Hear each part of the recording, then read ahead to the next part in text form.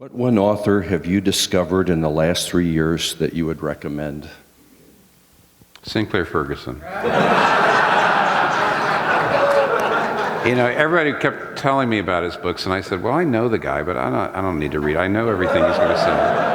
And then I started reading them, and they're just great. I just want to... Has Tim Keller written any books?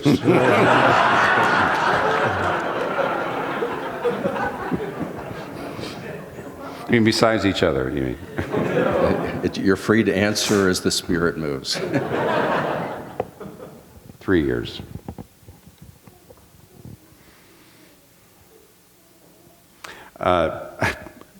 Was it that we would recommend, though? Is that the idea? Oh. Yeah. I actually do think that as I've gotten older, I've discovered a lot of great authors that I would not recommend. This is just, maybe this isn't all that interesting to you, but as I've gotten older, your mind is like a tree in that, you know, when you cut a tree, there's rings to it. And the old trees have lots of rings, and the young trees have one or two. In the beginning, when you're still being formed, it's actually, you do have to be somewhat careful about what you read, because it absolutely becomes part of you for a long time. And as you get older, the things you read don't sink in quite the same way, because you're getting more and more formed. And as I've gotten older, I've profited a great deal from reading authors that 30% of what they say is unbelievably great, and you're not going to find it anywhere else. But more than 2/3 of it is really not very good, or in some parts of it are toxic. So as I've gotten older, I felt free and able to actually profit from people who I wouldn't recommend, and certainly not because I would say, if you suddenly get excited and get into there, I wouldn't want them to come into the center of your tree. I wouldn't mind it if some of what they say was one of the outer rings. It would probably enhance, but I wouldn't want it there at the core.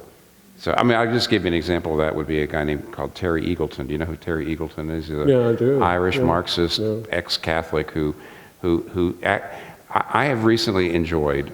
Tom Nagel at NYU, even John Gray, and Terry Eagleton, all of whom don't like secularism, even though they all say they're basically atheists or agnostics. In other words, they hate secularism. They see the sham of it. They can't. They're looking for transcendence. They can't quite bring themselves to embrace God.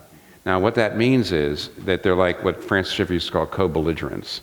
So when they critique their own people, their own secular society, it's gold. I mean, it gives you apologetic material. It's just wonderful. And even their longings are to some degree interesting, because I say, I'd love to talk to this person, or you're helping me talk to other people, like other non-Christians like you.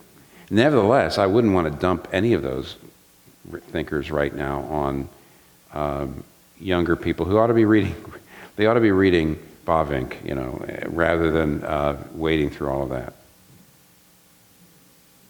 Yeah, I think I think you should come to a stage in growth where, even in terms of commentaries you use, there should always be one that you know that you will not disagree, you will not agree with this man theologically, because you will therefore be hopefully stimulated to think more creatively. And I think that's actually, I mean, creativity can be a good thing and a bad thing, but I think often, if you confine yourself to the people you know you will agree with, you dry up in terms of your creativity and what I would think of as your imaginative skills. So I think that's important. That said, of course, I've never read anything that was written after 1688. So, in the last few years, I've actually found myself going back to books I read in my teens and early 20s. One book that has made a huge impression on me that I'm actually ashamed to confess I've never read it before,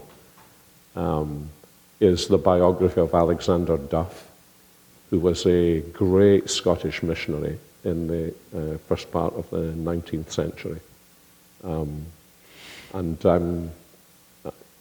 you know, I think one of the things I've noticed in seminaries, if you read, for example, David Calhoun's 2 volumes on Princeton Seminary, there's a whole era in Princeton Seminary when the men were lining up to go to serve Christ outside of the United States.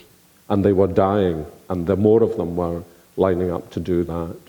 And I was thinking in bed the other night, because I was reading about Duff in bed, that I thought, you know, if I had any influence on a seminary now, I would make it a required course to have a course in missionary biography.